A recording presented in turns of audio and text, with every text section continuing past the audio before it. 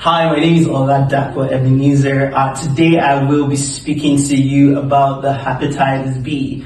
Hepatitis B is an infection caused by hepatitis B virus. It is commonly a virus that can lead to liver cancer, liver disease, or cirrhosis. This kind of infection can cause acute illnesses or chronic illnesses. It is a common global issue. The transmission of hepatitis B virus, it can be transmitted through body fluids, and its common routes would include unprotected sex, sharing needles, mother to child bearing, and its incubation period would be about 45 to 180 days. The period of ineffectivity includes about weeks before symptoms begin to show, and when the symptoms kick in, it still remains infectious during that stage. Thank you.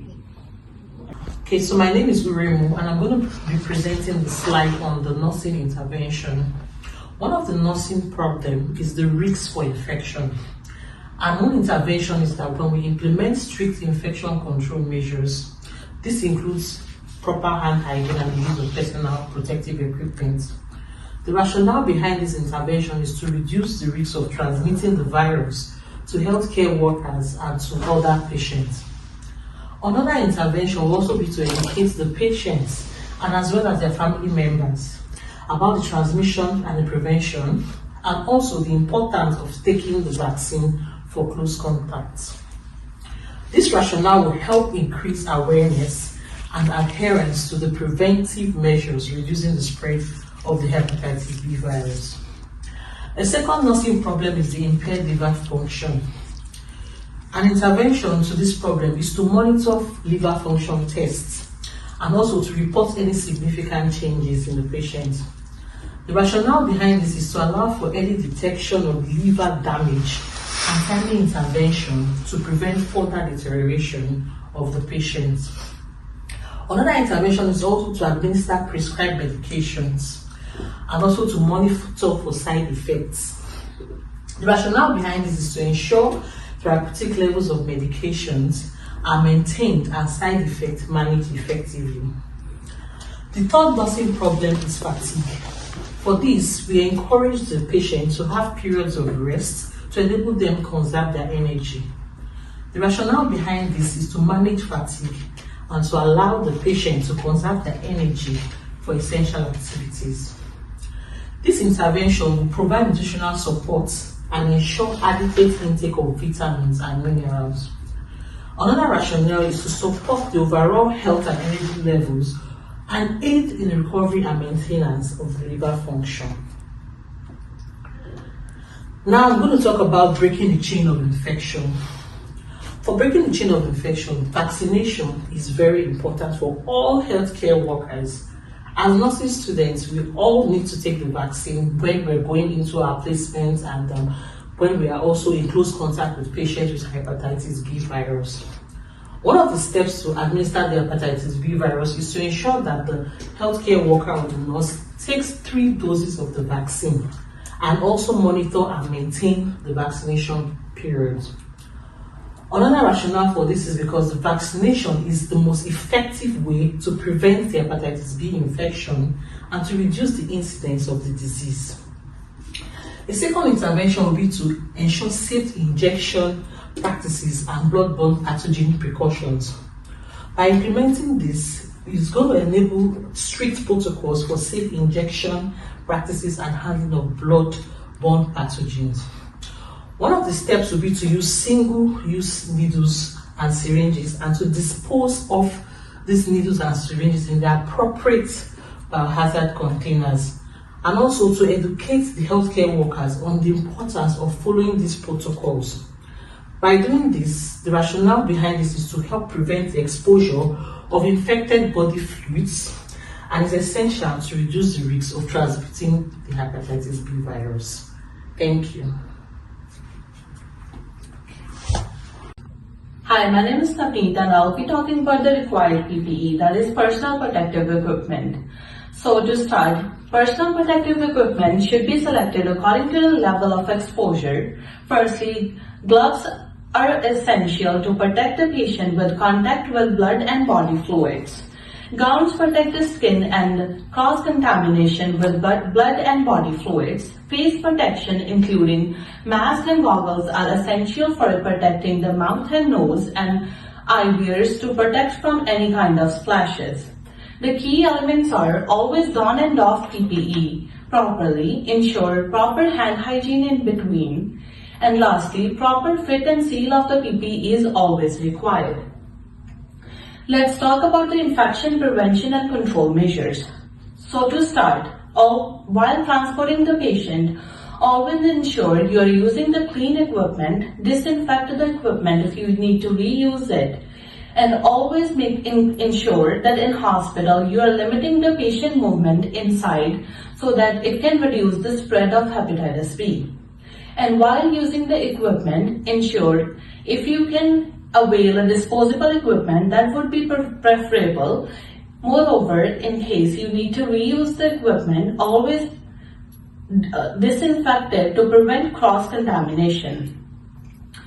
Lastly, patient and visitor education is essential. Always ensure to educate patients about the vaccinations, about the ways that the hepatitis B can be spreaded, and explain them the proper use of PPE and hand hygiene. Now let's look at the relevant treatments. Relevant treatments include acute hepatitis and chronic hepatitis. For acute hepatitis, always ensure that you are following the supporting treatments. That is considered the primary way of treating acute hepatitis. The patient should be getting adequate rest, nutrients, and proper food. For chronic hepatitis, there are several antiviral medications that can be used. Lastly, I would say that ensuring the lifestyle and dietary changes are essential for the prevention of hepatitis B virus. Always ensure the adequate use of proper fruits, vegetables. Proper diet plan should be followed to avoid. Good afternoon, my name is Samal Philip Raju. Today we are going to look at preventative measures and vaccination for hepatitis B. So one of the best measures to prevent hepatitis B is by taking the vaccines. So we have a different age group for taking the vaccines. Would be from birth or being an infant up until age 11. You are given a dose 1. Which is first come, first served, and you can take a second dose within a 4 to 6 months period. And we are also offered a third dose, which is a booster dose, which is not recommended for the infants up until 11, but for the age group from 11 to 16, you are given the first dose and then an interval of 1 month in between, and then the second dose is offered, and then you're also offered the third dose, which is a booster dose within 6 months prior to the second dose. And we're also looking at the age group of 16 to 19, same as the 11 to 16. We are offering 3 doses, and the first dose has a 1 month period interval from the second, and then the third has a 6 months period of interval. And vaccinations offered by Public Health Ontario is Recombi-Vax, hepatitis B, and then also offers a second dose in Energerix B. However, these doses can be mixed within each other. It does not really matter, as the antigen B is not related to the vaccinations. Alright, looking at the conclusion of hepatitis B in today's presentation, we have a clear idea that hepatitis B is a viral infection that causes liver inflammation, especially conditions such as liver cirrhosis and cancer. These are viral infections that are transmitted from blood and body fluids, which are in form of droplets. So the nursing role in scenarios or situations like this is to educate the patient regarding the infection control and definitely monitor for complications within the incubation period or whenever the doses of vaccines are offered. And prevention and control and vaccination in safe injection practices such as personal protective equipment are also another measures to tackle hepatitis B. And the treatment for hepatitis B is again what we looked earlier, getting the vaccines on the different intervals. So we have again Recombivac's HB and the energetics within the time frame from infants up until the second dose and then the third dose.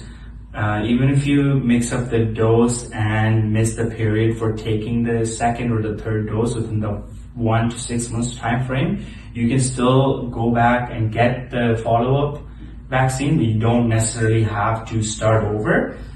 But that's the whole idea of vaccines and preventative measures of hepatitis B. Thank you.